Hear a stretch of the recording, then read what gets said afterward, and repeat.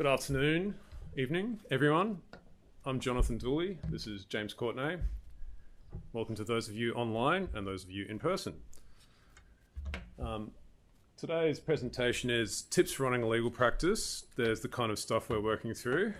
I should just quickly say about James, he came to the bar late last year, solicitor at a national firm a few years before that, and Justice Hammerschlag's tip stuff in 2019. And he has the misfortune to be my reader. So in the course of being James's tutor and before him, another one of our Greenway colleagues, RJ Sivanathan, I've had to consider my own practice tips and how I run things to try to pass on all my bad habits to the new generation. And thought I'd put together a presentation with James, who also has many tips from his former career as a solicitor, just to kind of run through those here, what works for us, what doesn't. It's nothing particularly complicated about today. You might find none of it of interest. Hopefully you'll find a few things that help. And it's just basically just going to be one of those nuts and bolts things. Here's how we go about our work. And if there's a couple of the tidbits that help, great. And if not, at least you know that what you're doing is working. So the first one's just about contacts. It's pretty simple, really. So I use Outlook, and I have a Gmail account, for example. Whenever I have an email from a new solicitor or someone like that, or a phone call, I just chuck them in there, save their name, law firm, email address, phone number. I just find that that's very good for sometimes, as a litigator in particular, or I'm sure any lawyer, seconds count. And if you need to find someone's number in your phone, rather than scrolling through emails and going, oh yeah, I think Emma sent me an email 2 weeks ago. If you just go, Emma, bang, it's right there. That can just be a helpful thing. I also do the same for my personal accounts. They might be my kids' schools, music teachers, whatever. Again, just if you get random numbers calling, you know, it might be the school sick bay as opposed to some other random number. So I just find having your contacts organized is something that helps me be a bit more efficient. And they just sync across all your devices, obviously. So that's the first tip. And the next tip with contacts is, once you've got them organized, use that as your business development.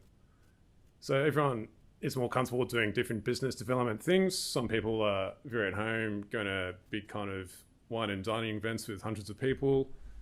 My own strategy just tends to be more targeted, and it's more enjoyable for me just to catch up with a few people that I know for coffee or whatever.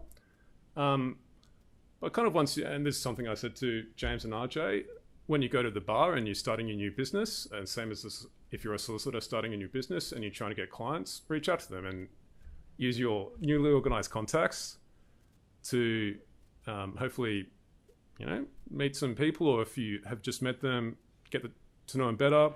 Remind people that you exist if you haven't worked for them for a couple of years, and build your network. So that's part one, contacts.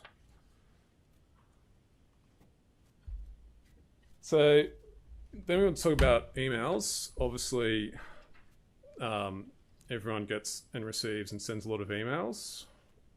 There seems to be some movement towards Microsoft Teams messages and the like these days, but as a barrister, I'm about 20 years behind modern commerce, so I still use emails for most of my stuff. And very similarly with contacts, try to get them organized tends to be my main advice here. For me, I have a different folder for each matter number, just with the name of the plaintiff, name of defendant. Other barristers I know group them sometimes according to firm. Doesn't matter what works, but having an inbox with 10,000 unread emails won't work, I don't think. And the risk is that obviously if your main business communication isn't done in a way that permits you to know what you have to do and what's urgent, what you have to respond to, etc., that can lead to issues. For example, I used to be a solicitor for quite a few years, and I had quite a few experiences when I'd emailed barristers, goes into the barristerial black hole. 2 weeks later, you're like, hi, did you get that motion in affidavit?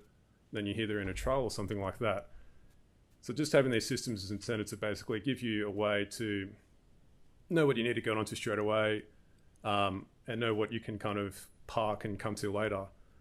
And the second bullet point, priority versus non-urgent. Again, some people just have an urgent folder that they put things into and a non-urgent folder.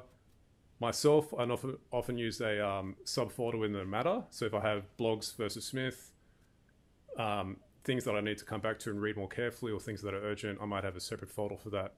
I normally use that in really big matters where you might have 6 lawyers working on it, and you're getting maybe 80 emails a day, and out of those 80 emails, only 3 really count.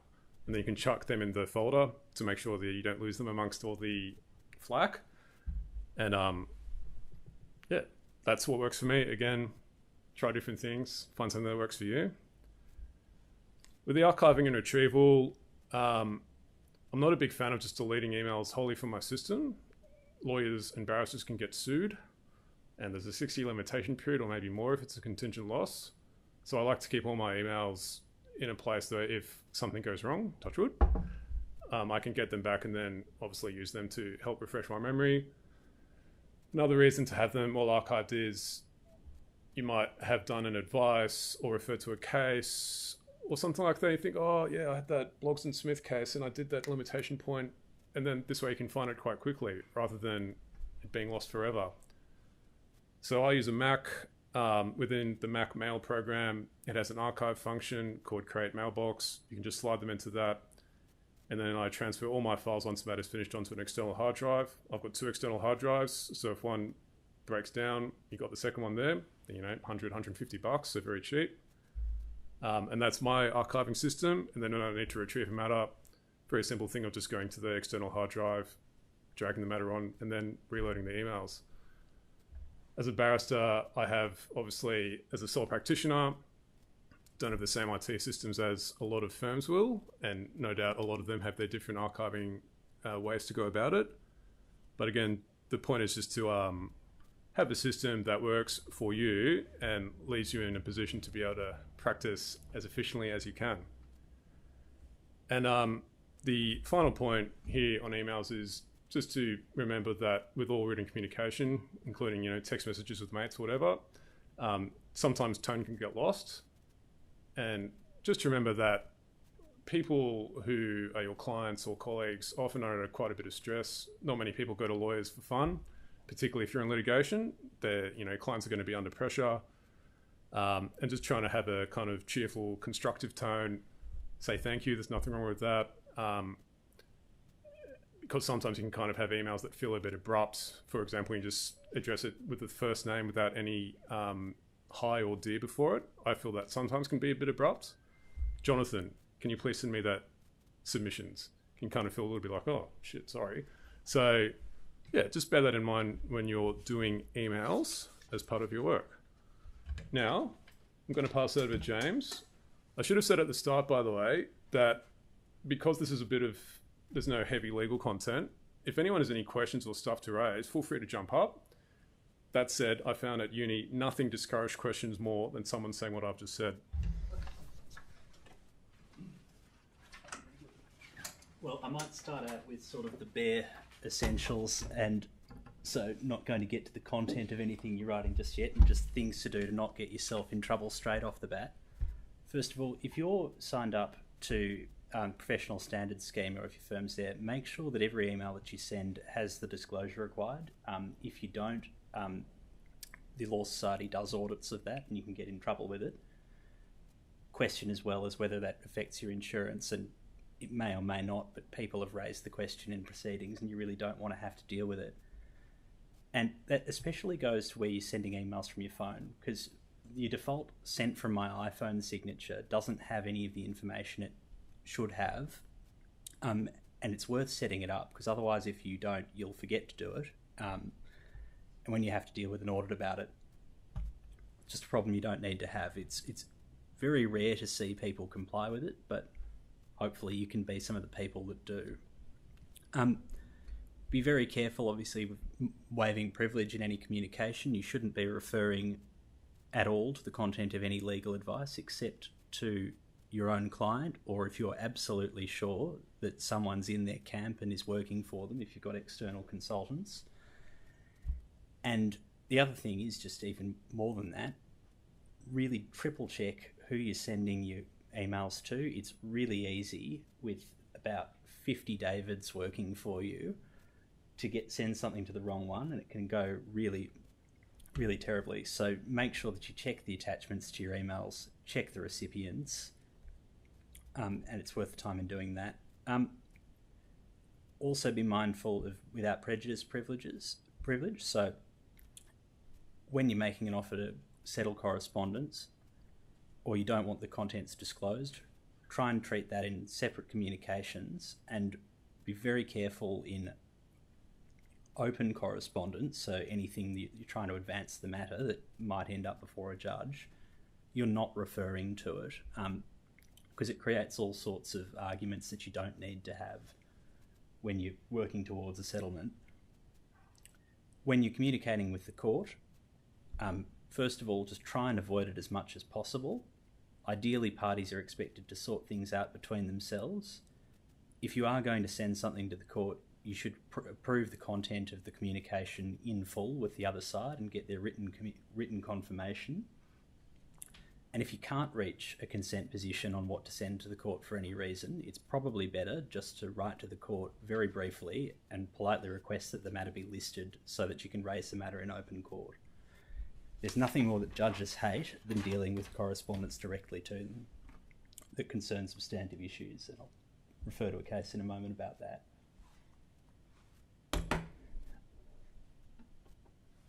When you're communicating with your opponents, or if you're putting something in writing, it sounds a bit obvious, but the first thing you should do is ask yourself why you're writing it. So there is a tendency in solicitors' letters to set out in great detail why your client is wrong, why their client is dishonest or has committed some fraud, why it is that their claim cannot possibly succeed, and why it couldn't possibly be argued by a competent lawyer and that sort of thing. If your goal is to reach a settlement or to get them to do something, think about what the reader of the letter is going to think.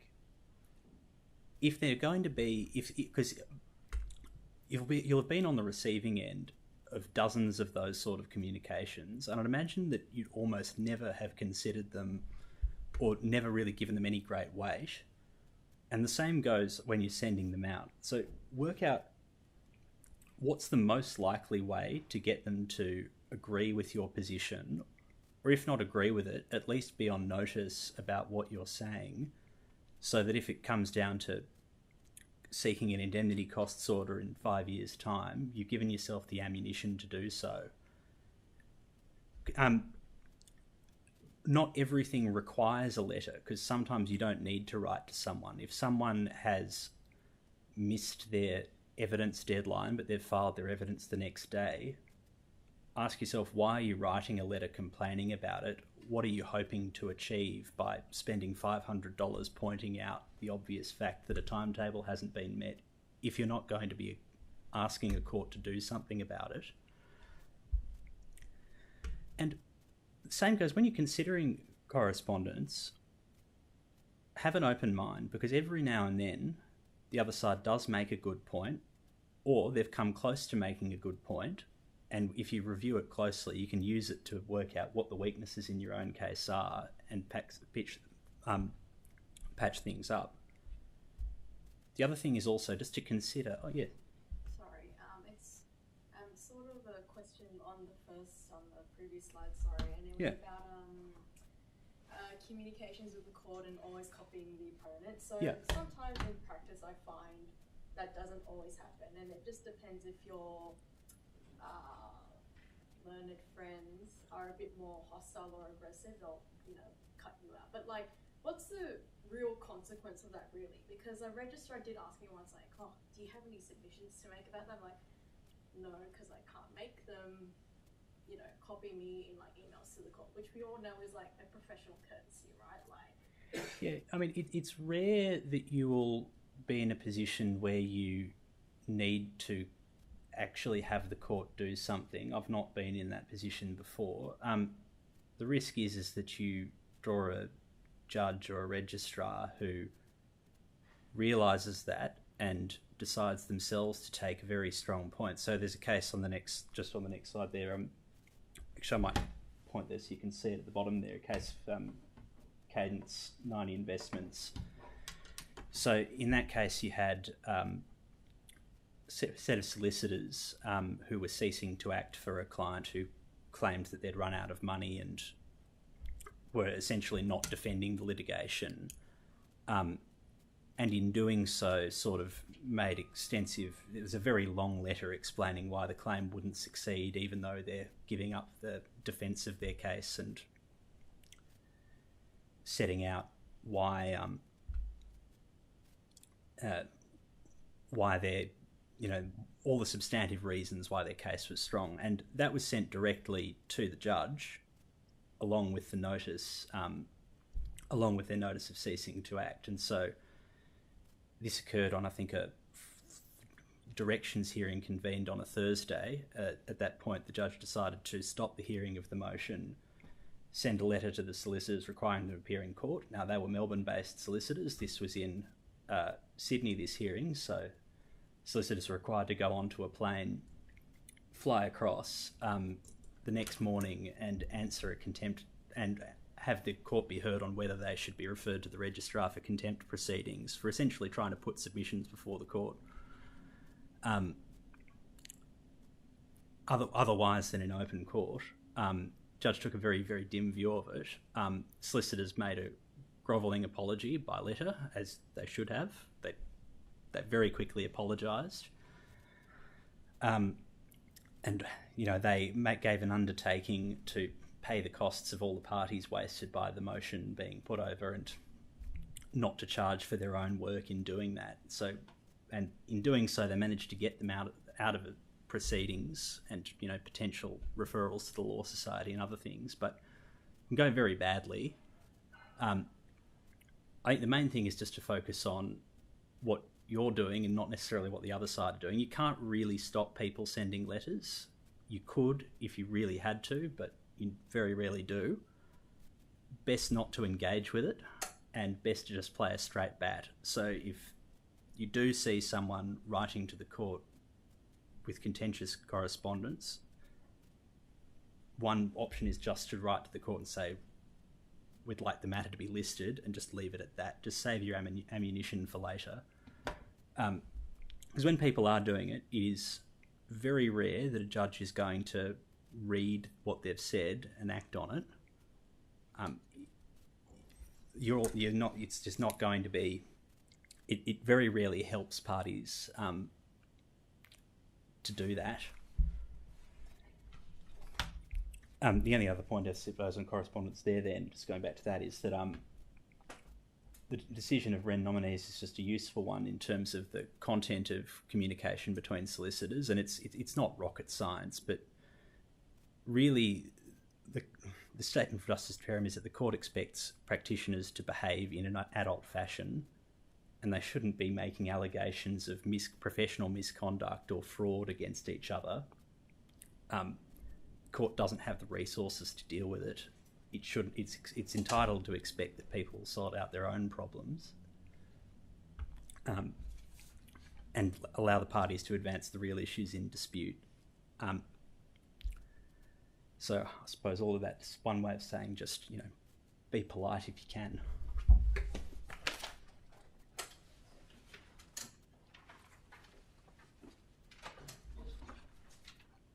I'm just going to quickly add my 2 cents to that last bullet point. It's a great question. Always copy your opponent. Always. If your opponent writes to the court and doesn't copy you, that's their fault. Well, that's an inviolable rule. And the basis of the rule is basically a bias issue. Because if you have one party only communicating with the court, it's kind of like an ex parte application in a sense. If you think about it, just say your client is an unsophisticated individual and says, oh, the other side's been writing to the court and making the judge biased against me. You can see how that might potentially hold some weight. So that's the foundation of the rule. It's going to be open justice. Both parties know what the other one's saying. So always do it. With the consent orders thing, and for consent only, so one example of that is, if any of you do Real Property List Matters, Justice Peden last year, I just remember her at one directions hearing, the party said, oh, we don't have agreed orders, but we sent our competing orders. And she said, if it's not by consent, I haven't read it. And if you think about a list judge in particular, like a commercial list, real property lists, any list, they have, you know, dozens, scores 80 matters maybe. And if they have competing orders, that's a lot of emails. And if they have consent orders, that's still a lot of emails, but at least they can get them off the desk and get them out of the list. So that's why I say just aim for consent only, because otherwise the judge just won't care. And you're just going to potentially irritate them. And on that first bullet point, consider responses genuinely. I put that in because I had a matter last year where I drafted a cross claim, which I thought was pretty good. The other side disagreed and said, oh, unfortunately, Jonathon, you've missed a couple of things. And I was like, you know what? They might be right. So I was able to reframe it, had to drop a couple of bits of it, ended up being no big deal. Would have been much worse if we'd kind of stuck in heels in the mud and run an amendment application, lost it, had to pay costs, or maybe had to replead. By just listening to them and going, actually, yeah, that's a fair point, fair cop. And then, you know, you just revise it, send a revised draft, and, you know, no one's perfect. Sometimes you'll miss things. Hopefully you, well, sometimes I miss things. Hopefully you don't, but I certainly do. And even if you get a letter back in kind of intemperate terms, just look at the points they're trying to make objectively, because you just never know. There might be a kernel in there that might help, as James was saying, might help you reframe your case. Right, on to work management. I've already referred to the black barristerial hole that I experienced a few times back in the olden days for me. The way I try to manage that now when I'm busy, be it with my children or life or work or a combination thereof, is just to not give no response, but to say to people, hey, pretty jammed this week, but I should be able to look at this Friday week. But let me know if it's more urgent and I can try to squeeze it in. And 9 times out of 10, they say that's fine. The 1 time out of 10, they say it's more urgent and I try to squeeze it in. Then you just, you know, try to have a quick look at it and at least start a dialogue with it. But simply not responding at all, and I see it with barristers and solicitors, but also solicitors and clients. I see quite a few clients get upset when they're like, well, I've been with my solicitor 5 times. I had a client call me directly late last year by saying this letter went out. The solicitor didn't call me, like, you know, sorry, mate, well, that's kind of not much I can do about that. But just giving people updates, particularly any barristers watching this. Most solicitors are high achieving, intelligent people. Never wrong with sucking up to your audience. And people who are kind of high achievers don't like being told nothing at all. So yeah, communicate, be professional. Same with estimates for tasks. So if I'm saying to someone, I'm a bit busy this week, but I'll get it to you Friday week, I then meet that. And I don't then put that off. Very rarely will I anyway. Which means I need to give realistic estimates. And that's been easier for me the more I've done this job. So at the start, it's hard for you to know how long it might take you to settle a 20-page affidavit or a 50-page affidavit or draft a statement of claim. Now I've got a pretty good idea. So that's something that you'll develop when you're experienced. But again, just being professional, saying, can't do it right now, here's when I can do it, being realistic about it, and then hitting that. That means people can depend upon you. They know that you'll meet your word. They know that you produce the work product that you say you will. And that's something that's worked for me anyway.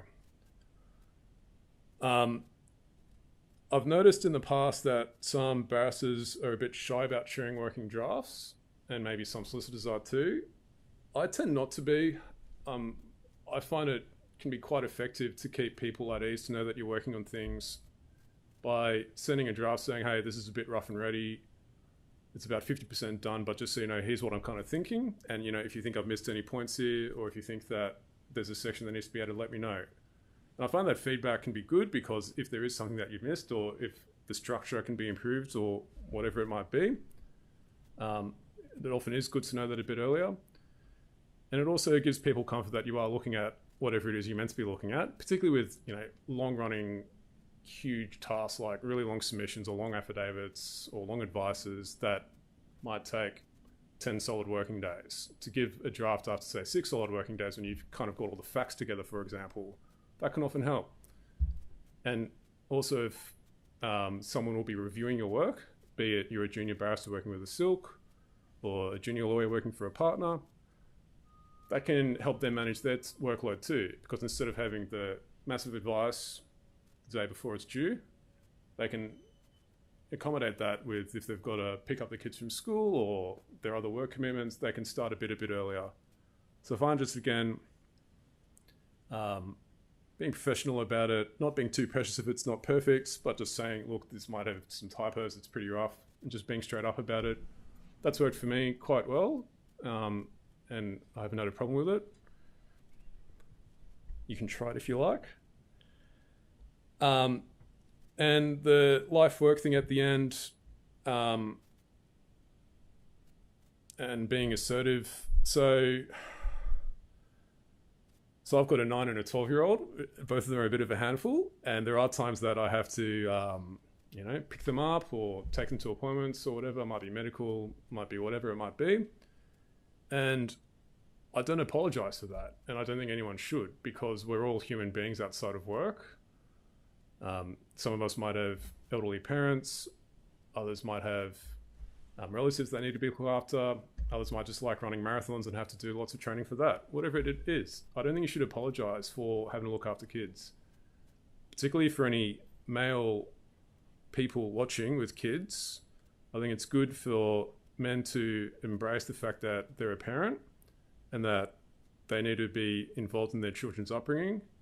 And the more that happens, the more that'll be easy for women to keep working, because it'll be a more equal load. So I encourage people and try to practice what I preach in that respect by having regard to the fact that when I'm promising deadlines, whatever, that'll have to take into account that I can't work 24 hours a day, 7 days a week. So don't apologize for being who you are, embrace it, and good things will happen.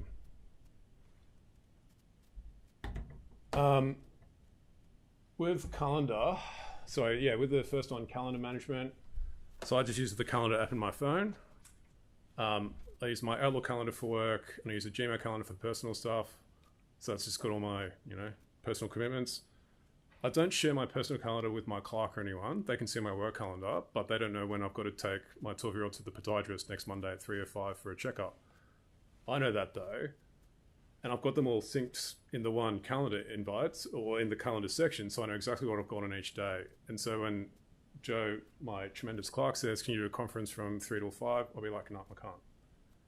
So again, you don't want a kind of a situation where you're agreeing to go to a meeting and then you go, oh, bother me.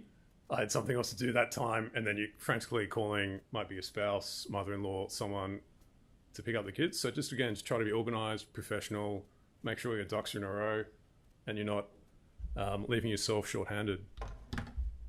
Now the task list. I've converted James to this. So I keep a Word document with a task list. My first heading is called immediate in big bold letters, and I've got each matter under that, and it might be Blogs versus Smith, statement of claim due this Friday. Next one might be Akiona versus Multiplex, defense due Friday week. And I have the dates there, so I know exactly what I have to do immediately, and I might highlight things red if they're particularly urgent. And I use that a lot during every single day. Wake up in the morning, well, not wake up in the morning. First thing I do at work when I start working is I look at that, okay, what do I have to do today?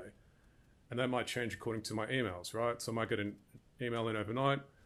Dooley, we need an urgent advice by 2 p.m. tomorrow. Okay, chuck that on the task list. That's the first thing I have to do that day. So there's a synthesis between my task list, my emails, everything. And I often have tasks. So I have one bullet point for each matter and then the sub bullet points for the tasks, and I keep them all together for each matter. So it might be statement of claim due Friday, reply to defense due in 7 weeks, directions hearing in 9 weeks. They're all in a chunk there. And as soon as I knock over the immediate task, I move them to my near future heading. So that's my second heading. That's stuff that I know is coming up, say with the reply to the defense in 7 weeks. It's not particularly urgent, but I've got the reminder there in my diary. So for example, if I've got to settle a really big affidavit that I just don't have yet, 150-page construction, engineering, really complicated affidavit, I know that in 7 weeks that's due. So around that week, I'm going to need to set aside a good chunk of time. So in that week, I'm not going to be volunteering to take my kids to school camp. I'm not necessarily going to be volunteering to help on 2 new injunctions. I'm not going to take a day off and play golf. Also, I can't play golf. But that way I can kind of at a glance on one Word document say, okay, what am I doing right now? What am I doing very soon to right now? And what am I doing in a few weeks? And then my future task is things like I've got a hearing in November 2025 for 3 weeks. It's a future Jonathon Dooley problem. I don't need to worry about that now. But again, I know that when I'm getting close to the time, or someone says, oh, hey, can you do a hearing in November 2025? I can very quickly pull out the document and go, no, jammed. Or, similar, if it was a hearing in October 2025 and go, oh, yep, I've got my hearing list right there. I can do that, sweet. So that's something that I've passed on to both my tutors, that they both, I think, have gotten some value from. I did enforce them, but that works really, really well for me. I've got all the dates there, all the matters there, all the tasks there. Just tells me plan my day, and I'll change that throughout the day. So I'll move things up and down and around and add things, take things out. The matter settles, you delete it, whatever it might be. So that third point, order of tasks, this again for me is something that I kind of just clicked in my brain last year maybe. I'll give you an example. Last Halloween at 9:40, my 9-year-old said to me, hey Dad, I need a red shirt for my costume tonight. I had a meeting at 10. I'm like, okay, I've got a 20-minute window here. There's nothing I can really productively do. I can't really start on a complicated statement of claim and do anything in 20 minutes. But I can quickly run down the road at H&M, grab a red shirt, and get back by 10 o'clock. So you've got like a really long task of 20 hours, and you have a 15-minute window. There's not much point in doing the 15 minutes of the 20-hour task because you just won't get into the flow. You'll start for 15 minutes, you'll lose where you're up to, and that time's wasted. Whereas if you can respond to 3 emails and say to people, hey, I'll get that advice to you next week, I'm just in the middle of a task, knock over 3 small things in that window. And then you have your meeting at 10 o'clock to 11 o'clock, and then you've got 5 hours in the afternoon till 4, right? And then you can spend productive time on your big task. So plan your day, right? Figure out where your gaps are, figure out what you have on your task list, and then try to slot in tasks that make sense for how long you've got. Particularly for me, I find where it's a big, big job, I need big, big time, because otherwise I just lose the track of what I'm doing. And that's something that I found I've got much better at the more I've done the job. Again, I was much worse at it earlier. So don't fret if it takes you a while to get that right, but it has worked for me. And I'll pass back to my learned friend. Say that now. Very good. Might just quickly do a section on just working with others in your firms or counsel even. Good, works for all of it. So might just cover off how to be a good junior, or you might say if you're working for a client, I suppose the same tips apply. Senior lawyer is much the same thing as a client really.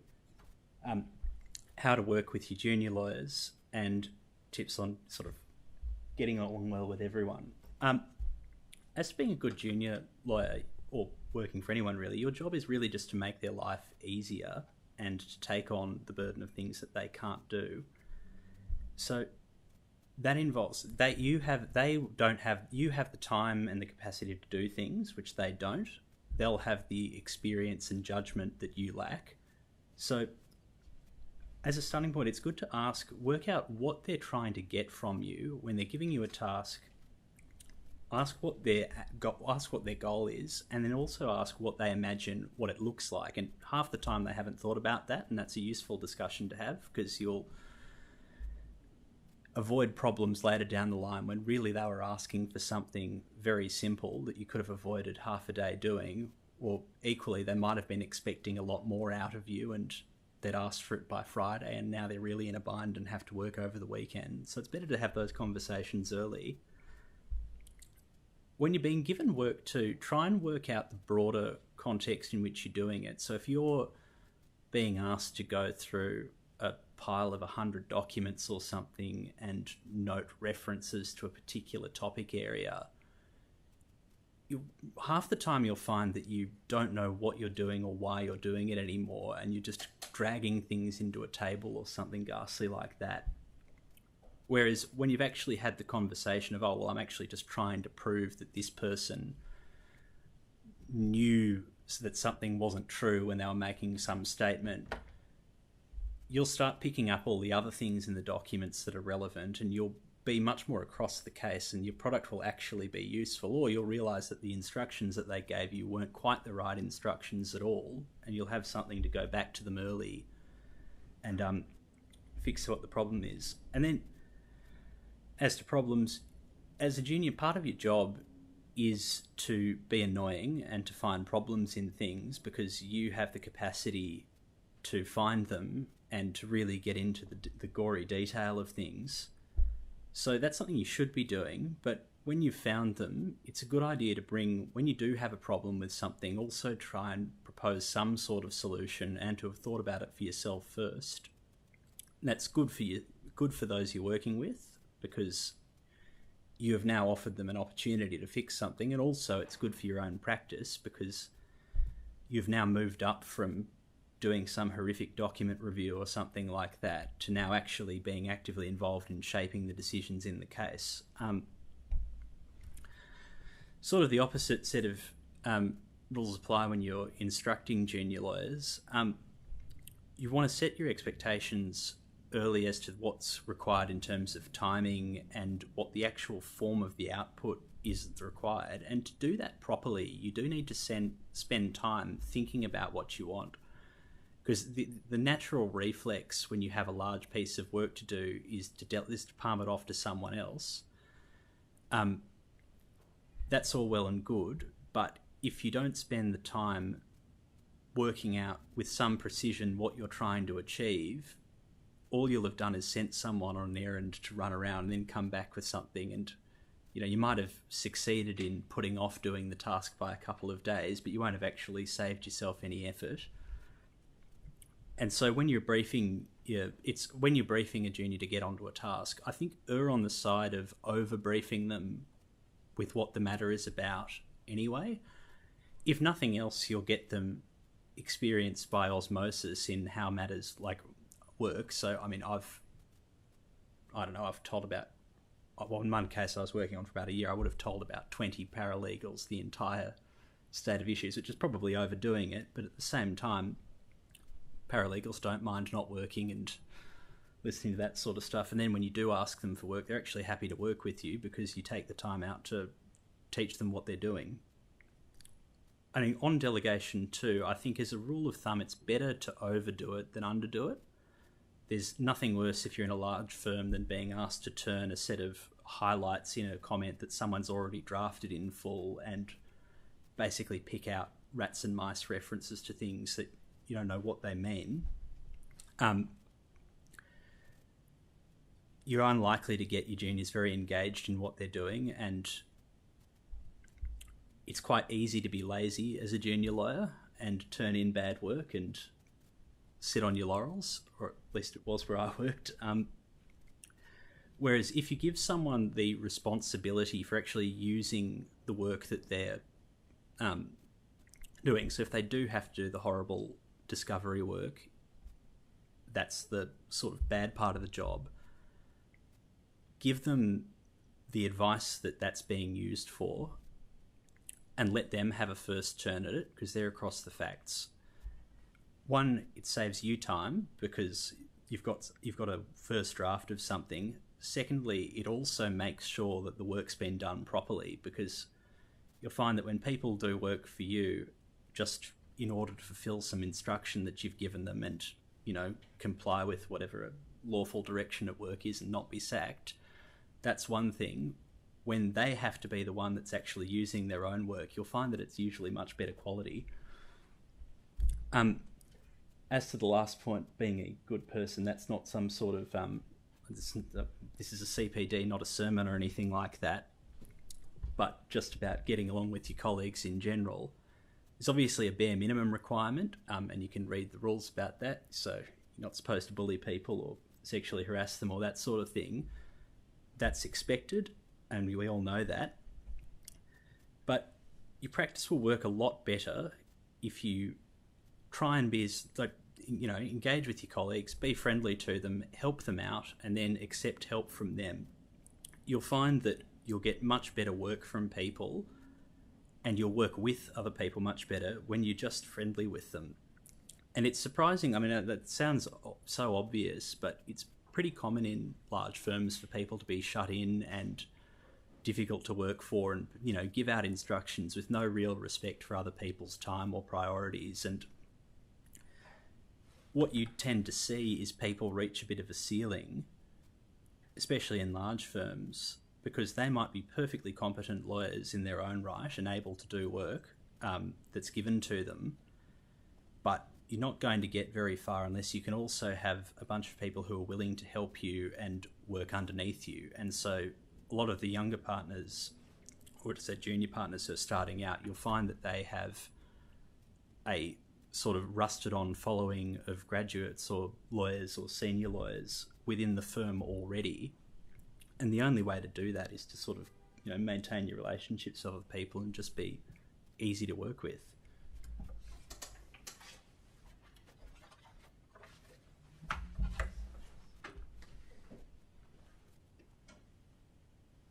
All right.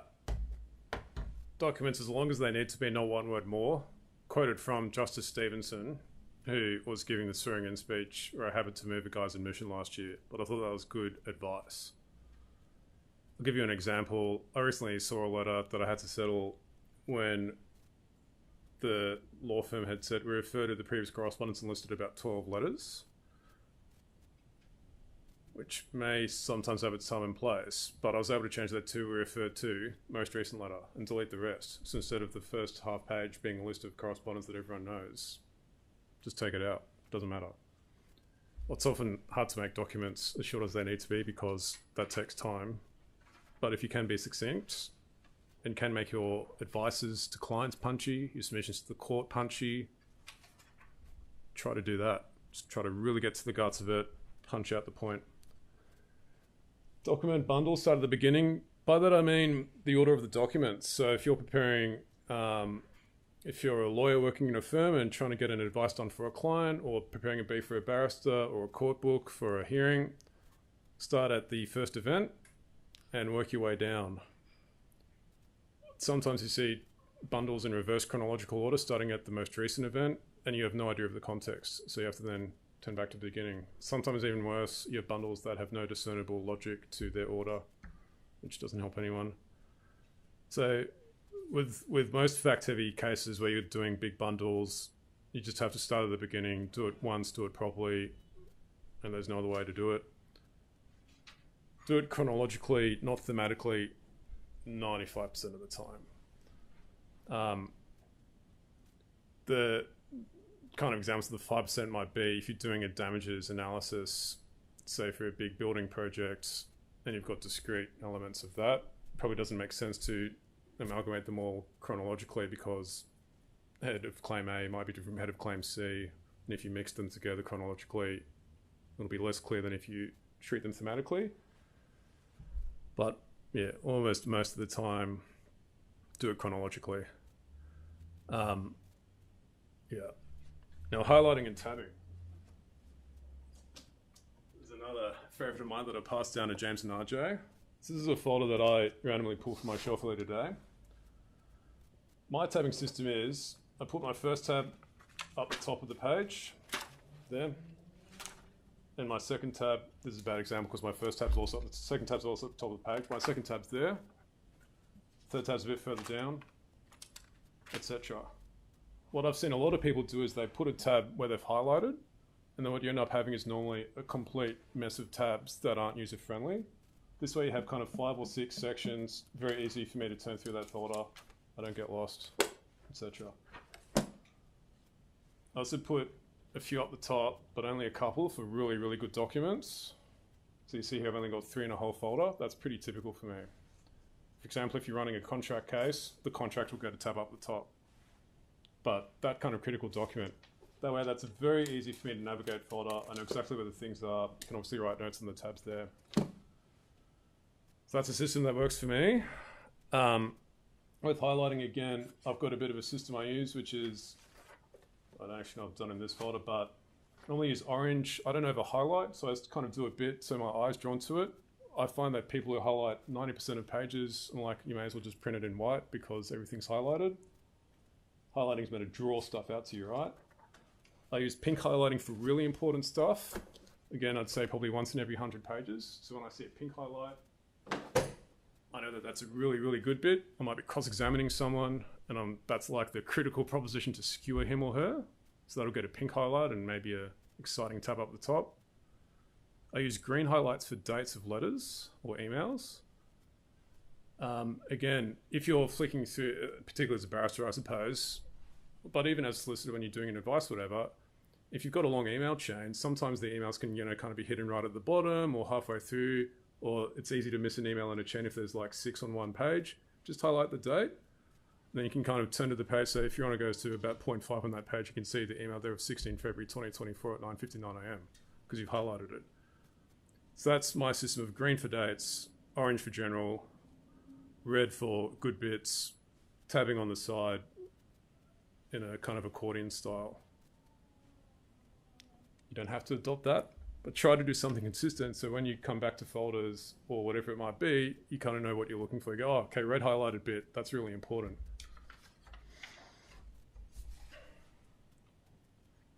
Are you doing this one? Yeah, we're very organized. So the first 2 points we got here are just about sort of automating your workflow and saving about, I don't know, half an hour a day probably. It's worth when you're starting up to give yourself a sort of pre-structured matter template that you can basically copy to everything. So every matter that I've got has got a costs agreement. Every matter is going to have a section where I've stored invoices because I, exclusively do litigation. Every matter is going to have a section of court documents, pleadings. Court documents, pleadings. I'll have affidavits there, critical documents, and just miscellaneous other, which I haven't quite worked out what to do with yet, and research notes. And when you structure your matters in that way, it's much easier to find what you're looking for quickly. I haven't put it up there, but anytime I'm making a document too, I will label them by reverse year. So today would be 2025.02.19. And when you organize all your documents in that way, when you sort them by name in any folder, they're always going to appear in chronological order. So it's very easy to find them. I find that any other method, they're not ever in a logical order. Keyboard shortcuts is something I learned from Jonathon. That's very useful. I draft a lot of documents, and I draft a lot of documents in Microsoft Word. It's probably one of the last jobs where you can still do that, and that I don't need to use Excel. Most of my time drafting documents, I think, used to be not so much the substantive content, not so much the research involved, but working out how to stuff around with margins and indentations and headings and subheadings and making them consistent. It is worth spending about half an hour to an hour learning how to create macros in Word that do all of this work for you, so that every time I'm drafting a document, Control-Alt-1 will give me my level 1 headings, sort of, level 2, Control-Alt-2 will give me level 2, then I'll go to paragraphs, sub-paragraphs, sub-sub-paragraphs. I've decided not to create one for sub-sub-sub-paragraphs because at that point I shouldn't be writing what I'm writing, quotes, etc.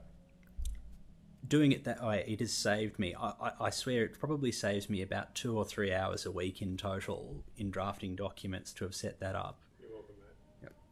That's not to say that I've used the time any more productively. I've just wasted it in other ways. But, if you're going to be wasting time, it's better to be doing it in something slightly more fun than dragging margins around. Storing your advices. So that's probably another good section to have in your document management collection.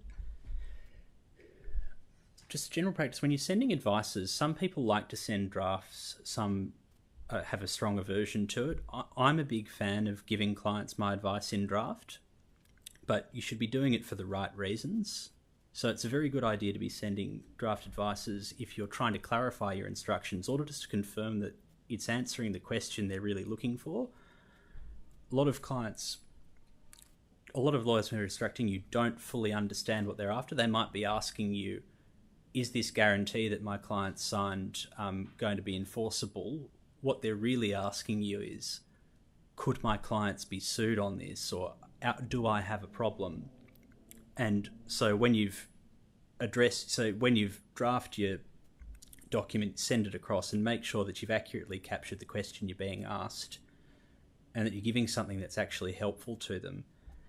On the other hand, it's not an opportunity for clients, or it shouldn't be, to change the question they've asked you subtly or to suggest points so that you are in fact giving them advice that they want to hear, but it's not the advice that they need to hear. It's bad practice to give anything less than what is your honest opinion. That's what they're paying you for. You're a professional. I'm sure there are many ways out there to have people tell you what you want to hear, but it's just not what we're in the business of doing, and you can get into serious trouble when you start just changing your views. Respect. So, pick that up later. When you're actually reviewing your documents, you want to make sure, like, it's a good practice to actually take notes as you're going through them, or to at least have a system of doing that. It's annoying to have to read the same document 5 or 10 times and constantly reopen it. I'm guilty of this. I don't even have a proper PDF program at the moment, so I'll often have the same document open on about 3 different tabs in Google Chrome, which is not ideal. Whereas it's worth the upfront investment of getting a copy of the document, keeping it in one place, and making annotations to it each time you look at it, because you find that it saves a lot of time doing it. Good idea when you're getting across the facts, to have a chronology of everything as a way of doing that. Deal with that later. As to just court documents, I mean, that's a boring one, but it's something that'll make your barristers and the judge very happy. Always staple them, always have them hole punched. That way you'll have, because everyone in the profession uses lever arch folders, and default to double-sided. That's not something about judges, that's just because we like trees and we don't need to kill too many of them. Just some tips on researching efficiently, not so much the actual how to go about it, because that's a skill you've all got, or everyone's gotten to develop over time, but just tips on making it a bit more efficient. It's always a good idea to start with a textbook or a commentary service. That's because if you're researching a question, 9 times out of 10 someone's done it for you already, or it's more common an issue than you think it is. And it's a good idea that as you practice more in an area, to work out what the leading textbooks are and to rely on those. And it's something that you'll find that that's what judges do as well when they're preparing their judgments. It's pretty rare that they're going to just... They don't like to reinvent the wheel. So it does save a lot of time by just getting you start there, because if you're going to just find a case that has some particular fact pattern that's, like yours, and then you're putting weird Boolean search terms into Ostley and having to sift through 100 cases to find something, it's going about the task backwards, and it's just inefficient. On efficiency, try and get the authorized reports when you're collecting it. That's just a time-saving device, because the court will want you to put those in anything you're putting in writing anyway, so you may as well do it the first time. Third point, this should be stating the obvious, but if you've got a case that's about a contract or that's about a statute, really good starting point is to not immediately rush off to find cases about broad sweeping principles in that area, but just read the document that's in front of you, because you'll find that that's what judges do. They're just concerned with what the meaning of an instrument is in about 90% of these cases. And as much as you can talk about analogous authority or anything like that, they will be trying to focus on what does the document mean. So if you first read it for yourself and then worked out where the issues in your case could be based on its interpretation, that's a very efficient starting point. When you do get to the point that you're running through cases, if you're preparing an advice, what I like to do is at the end of it, in a rough section, have a list of all the searches I've done and drop in all my extracts of cases, that saves a lot of time in finding them again. And it means that you don't have to run the same search twice, which is common. And if you're led by someone, or you've got a senior lawyer who wants you to justify what you've done, you can say to them, no, I actually have looked at every case that deals with the practice note on discovery that mentions the word fraud. And then the last thing is just for your own practice, it's really good to have a running list in whatever form you like to have it of just useful principles from cases that you've come across. I've just got an iterative list that's kept by topic area, be it administrative law or contract law, where just interesting nuggets that are generally applicable that you find yourself reusing. It's very good, and in a couple of years' time, you find that you've actually got something quite useful that you refer to a lot. As a person once said, good grooming is more important than good continuity. Regrettably, for those of you watching this online, you'll miss out on the 10-minute standing ovation that we got in person, followed by James's encore of freestyle rapping for 30 minutes, which is all to say that those of you watching it online should come in next year, because good things happen in Greenway Chambers. The next section of our talk is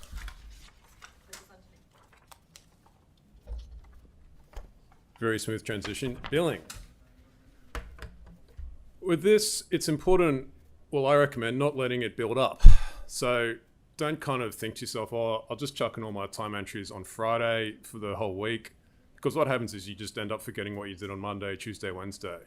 And it's never going to be quite as efficient when you try to go through your emails or check your phone records to recreate what work you might have done.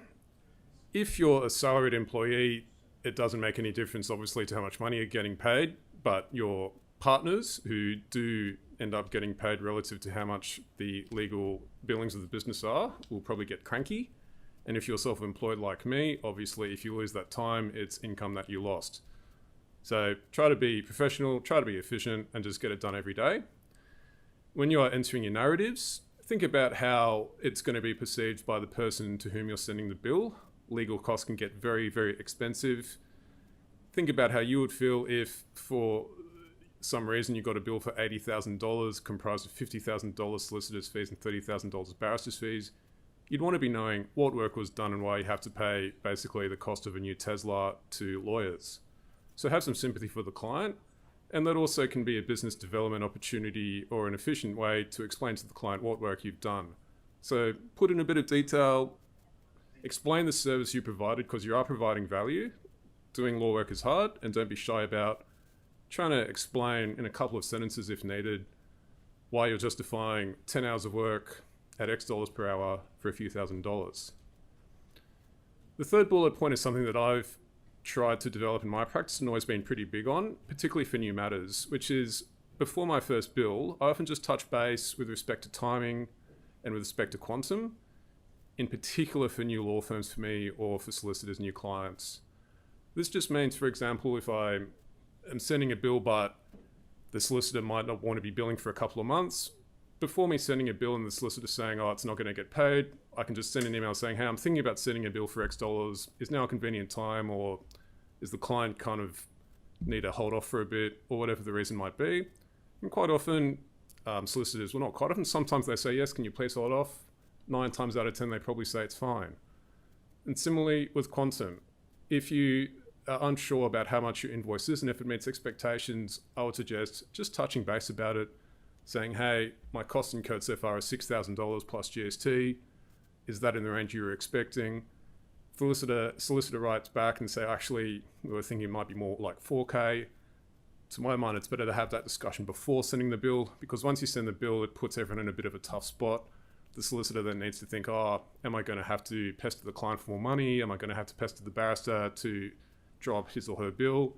Similarly, if you're a solicitor and you're getting in touch with the client about an amount of an invoice, I think it makes sense just to get in touch with the client and say, hey, I've been doing all this work for you, I've been doing an advice or been whatever it might be, and I anticipate the costs are going to be X dollars. Just touch base with the client so they don't get a nasty shock. Again, just being professional and courteous. The last bullet point is very similar to that. So as a barrister, I normally try to issue my bills about the 20th to the 23rd of a month, on the assumption that a lot of firms try to bill end of month. So I kind of give the firm a few days to incorporate my invoice into the overall invoice. That works for me. If you're a solicitor, again, checking out with the client, when do they prefer to get bills? Maybe they like them early in the month, maybe the middle, maybe late. Having that discussion will help you and help the client. With chasing invoices, I try to be quite polite about it. I don't try to get narky or call in debt collectors. I try to think of it as a business development opportunity, where instead of putting immense pressure on at the beginning, the first few times I'm chasing, I'm quite gentle about it and trying to respect the fact that sometimes for big invoices, clients need a bit of time to get their money in order, or they might be under financial stress, or depending on what area of law you work on, they might be under a lot of personal stress. For example, a family law matter, I don't do that, but often they have a lot of other things going on, and it might just be that it's been lost in the rush of emails. And I think of it as a business development opportunity. So rather than me taking a very aggressive approach, I try to be courteous and professional. And I have had feedback to the effect of that style actually makes solicitors, I'll use the word fond, might be overstating it, but at least happy not to have that immense pressure placed on them at the start of the sometimes delayed payment process. And I'll hand back over to James.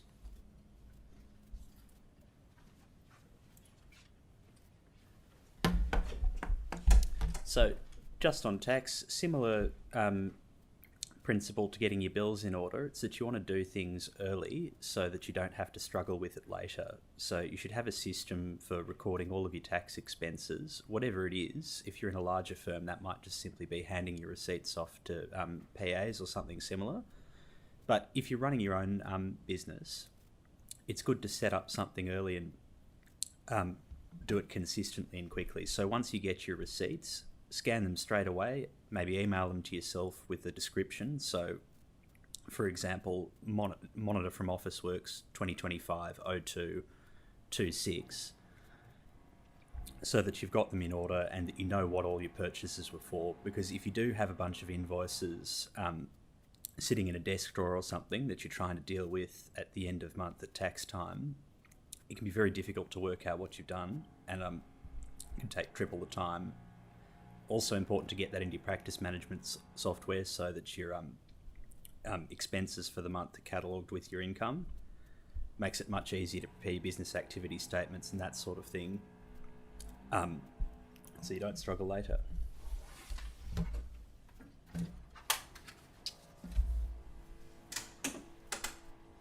Thanks, James. Final slide is life. This is just going to sound like me lecturing you, but I'm just going to do it anyway. The whole point of this presentation is that a lot of life admin is obviously kind of boring. No one wants to be entering in tax receipts, billing entries unnecessarily, creating stress, etc. Do it efficiently, do it professionally, so you can spend life on doing things that you love to do, be it running, going to the beach, watching Netflix, whatever. This job can be stressful. Try to keep fit. Being fit helps, I think, I'm told anyway. Try not to misuse substances too much. A lot of people, including me in the past, have relied on alcohol as a crutch. Can be a problem. Try not to do that. Just try to keep balance in your life, and if things are going off the rails a bit, which happens to a lot of people, there's no harm in it, take some steps. Talk to psychologists. Think about having antidepressant. Go and meet your GP. We're all human beings at the end of the day, and if you can be happy and content in your job, that's going to make you a better person, a better lawyer, a better client, better everything. If you're thinking about getting insurance, it's something to think about. I'm talking about, life insurance, TPD, income protection. I got that at the start of my career because I was the principal breadwinner at that time in my family. Something to think about. If you otherwise might have an injury, because sometimes bad things happen, think about how that might be able to be managed, and if you'd struggle, think about getting insurance. And finally, for self-employed people like me and James, put away some money for superannuation if you can. No one else is going to do it for you, so just try to be sensible if you can, and sort out that part of your life. Again, we had a lot of very interesting questions. the freestyle rap, bit of breakdancing. For those of you watching it now online, you've missed out on all of that. But thank you very much for listening to us and hope to see you next year. Thank you.